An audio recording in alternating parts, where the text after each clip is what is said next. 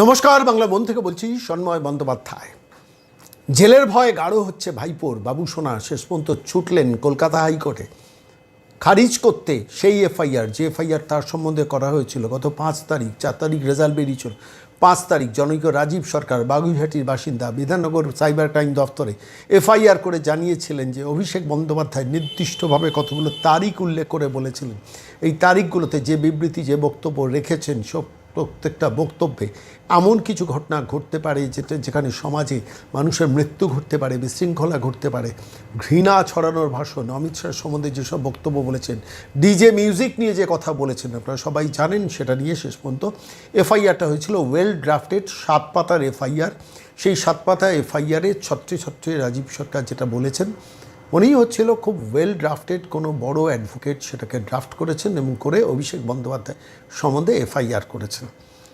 অভিষেক বন্দ্যোপাধ্যায়ের সমস্ত বিষয়টা জানতে পেরেছেন কেন বিধাননগর সাইবার ক্রাইম ডিপার্টমেন্ট সম্মত এটা 5 তারিখ এফআইআরটা হয়, 15 তারিখ তার বিরুদ্ধে এফআইআরটাকে গ্রহণ করে, অর্থাৎ এফআইআর রুজু করে। প্রাথমিকভাবে যে কোনো মানুষ অভিযোগ জানাতে পারে, কিন্তু যখন এফআইআর গ্রহণ করা হয় তখন বোঝা যায় কোনো একটা জায়গায় প্রাথমিক সত্যতা প্রমাণ হচ্ছে বলে তারা সেটাকে গ্রহণ করছেন এবং শেষ পর্যন্ত বিধাননগর সাইবার ক্রাইম ডিপার্টমেন্ট সেটাকে, পুলিশের সাইবার ক্রাইম ডিপার্টমেন্ট শেষ পর্যন্ত এফআইআরটাকে অ্যাকসেপ্ট করে এবং সেই এফআইআর অ্যাকসেপ্ট করার পর এফআইআর লাগু হয়ে যায়।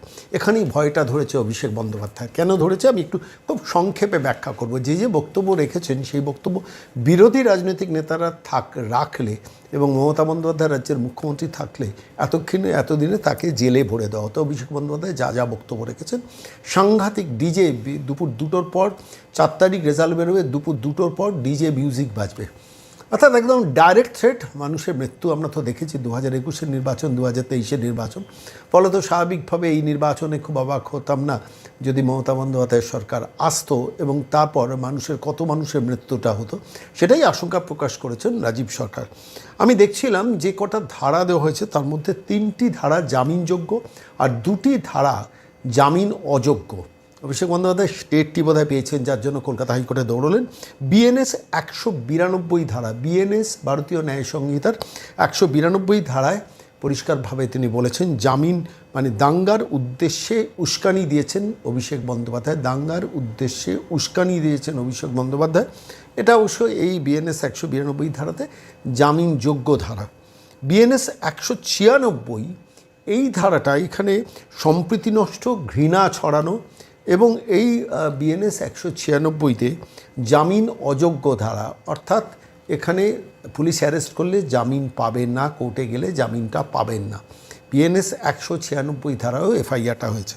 আরও একটি ধারা 351(2) সেটাও জামিন অযোগ্য, 351(2) সেটাও জামিন অযোগ্য এবং সেখানে মৃত্যুর ভয় দেখানো, হুমকি, সম্মান নষ্ট করা, হুমকি সম্মান নষ্ট করা, সেটা 351(2) ধারা। সেটাতেও জামিন পাওয়ার কোনো জায়গা ছিল না বাবু সোনার বা অভিষেক বন্দ্যোপাধ্যায়ের। 353(1) সি সেটা অবশ্য জামিনযোগ্য ধারা। মিথ্যা বিভ্রান্তিকর গুজব ছড়ানো, মিথ্যা বিভ্রান্তিকর গুজব ছড়ানো, সেটা 353(1) সি জামিনযোগ্য ধারায় এই এফআইআরটা হয়েছিল। আরেকটি ধারা সেটা হচ্ছে জনপ্রতিনিধিত্ব আইন, জনপ্রতিনিধিত্ব আইন, সেটা 123(2) এবং 125, 123(2) এবং 125 ধারা, এই দুটো ধারাতে এফআইআরটা করা হয়েছিল। তার মানে কি দাঁড়ালো, টোটাল 5টা ধারার মধ্যে 2টি জামিন অযোগ্য, অর্থাৎ অভিষেক বন্দ্যোপাধ্যায়কে বিধাননগর পুলিশ গ্রেফতার করলে তাহলে তিনি জামিন পেতেন না। সেটা হচ্ছে বিএনএস 196 এবং 351(2). আর যে 3টে ধারাতে জামিন পেতেন সেটা হচ্ছে বিএনএস 192, 353(1) সি এবং 123(2) এবং 125 ধারা। যে বক্তব্যগুলো রেখেছেন, বক্তব্যগুলো আমি বলছি সাংঘাতিকভাবে মানুষের মৃত্যুকে ইনিশিয়েট করার বক্তব্য। কেন দুপুর 2টোর পর 4 তারিখের রেজাল্ট বেরোলে ডিজে বাজবে, পরিষ্কার ইঙ্গিত যে আপনাদের এবার গণধোলাই হবে এবং পিটুনি হবে।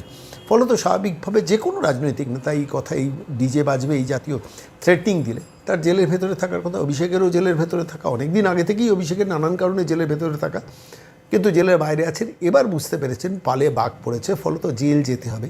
সেটা বুঝেই দৌড়লেন কলকাতা হাইকোর্টে। কলকাতা হাইকোর্টে গিয়ে মামলা করলেন এবং মামলা করলেন যে এই এফআইআরটাকে খারিজ করা হোক, এফআইআর খারিজের জন্য।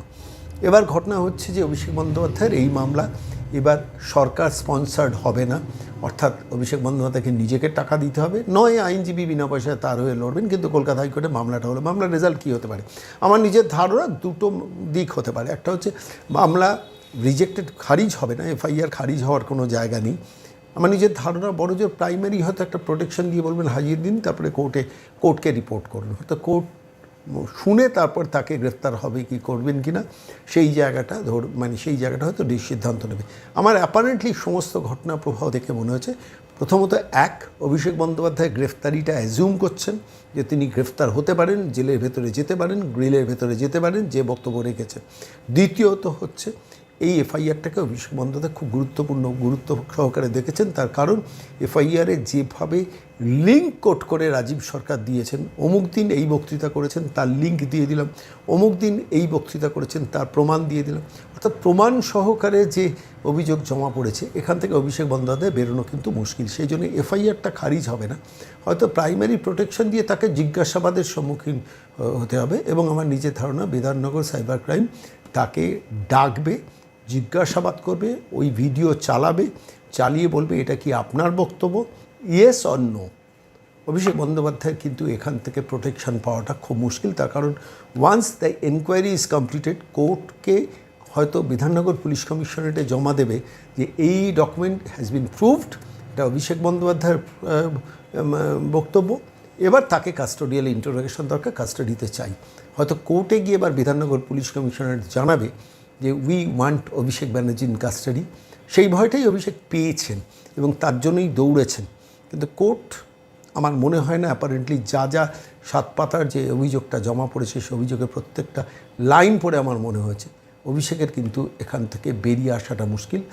He has to go behind the birds. Apparently আজকে আপাতত এইটুকুই মনে হচ্ছে। ভয়টা বেশ ভালোই লেগেছে, যার জন্য ছুটলেন হাইকোর্টে রক্ষা কবচ, বা ওটাকে খারিজ না হলে, যদি খারিজ না করা হয় তাহলে হলো হুজুর আমাকে তো রক্ষা কবচ দিন, আমার মক্কেল তো সাংসদ। দেখা যাক শেষ পর্যন্ত কী হয়। চোখ রাখবেন বাংলার মনে লেটেস্ট আপডেট নিয়ে প্রতিদিন বিকেলে।